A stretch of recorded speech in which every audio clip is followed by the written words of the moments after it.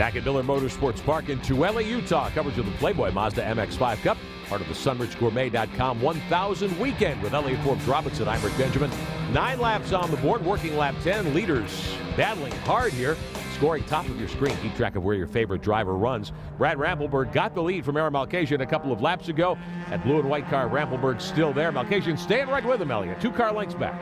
Surprising me, I figured that Rampelberg, with the qualifying time he had, would be able to pull away. But I'll tell you, Malkasian is staying right there and doing a heck of a job. And here we see Huffmaster back up on shims now. He was quite a way back before, and he's looked like he's closed that distance also. Starting to run out of time just a little bit, though. A couple of laps to go today as we run this 45-minute timed event at Miller Motorsports Park. And Rampelberg flexing the muscle of that race car a little bit. Elliott, you said he was obviously faster than Malkasian earlier. Made that pass going down into turn 1 and slowly but surely adding to his lead here. Yeah, it's not as fast as I would have thought, and it looks like Shims is actually staying with him too, but Malkasian's doing a really good job. Earlier in the year, he was struggling a little. Last race, he was on the podium, and now he's back up doing a really good job again. When we think of Road America, it's historically been one of the biggest racetracks, the biggest road course in the country. Oh, in trouble for Deborah Lott. She gets loose, little tank slapper going on, gets around, and that's her second spin of the day out in the dirt for Team MER. So Deborah Lott, the Lott Endodontics 23 car, with a problem. She gets it back underway, pointed in the right direction. Well, let's find out more about Deborah Lott and Team MER. Here's Rob Albright once again with more Mazda momentum. When it comes to the technical aspects of what goes on in the human mouth, Dr. Deborah Lott, the endodontist, is the real expert.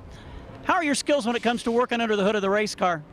Honestly, not so good. I rely a lot on my team to kind of pull the information out of me. I don't know that much about cars, but every time I go out on track, we have to make mental notes of how the car's handling at each turn, and then we write it all down.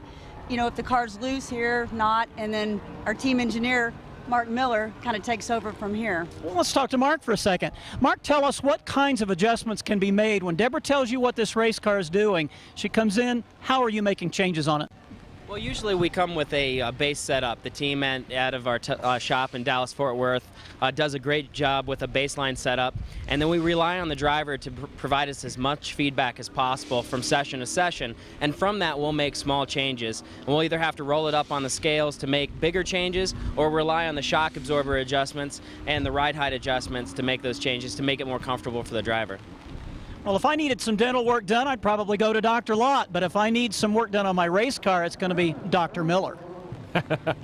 Elliott, these cars are pretty adjustable, aren't they? Well, they are pretty adjustable, and the other advantage she's got, that they've got some good teammates at MER, which will also give some good feedback, and she can use that to help her set up her car.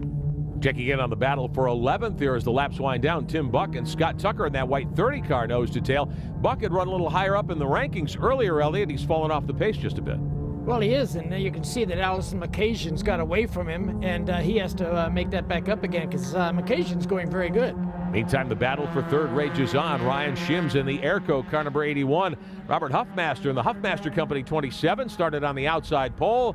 Got shuffled back after leading some laps early, and he has not been able to get around his teammate. And the top 2 cars, meantime, have started to pull away as well. Brad Rampelberg looking pretty strong out front right now. Yeah, and Huffmaster's doing a good job coming back in. Oh, here going Buck right now. Can't make the move. Thought he was going to make it. Tucker in that white 30 car, Buck in the red number 18. They got side by side momentarily. Tucker on the outside used the momentum to carry him back in front of Tim Buck. Yeah, it's really hard because of the way these corners are to make these passes. You see an opening and you go for it, and it doesn't always work out.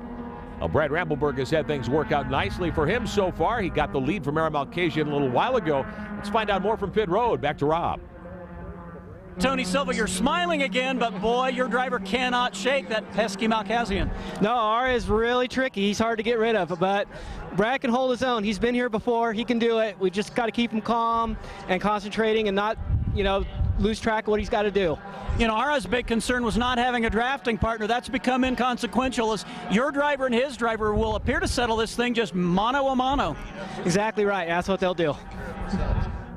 As we watch the battle for third rate, John Elliott, before we got here this weekend at Miller Motorsports Park, you had told me about the strange layout here from a driver's perspective. Very little visual reference for these drivers. How does that enter into this as you try to plan a move?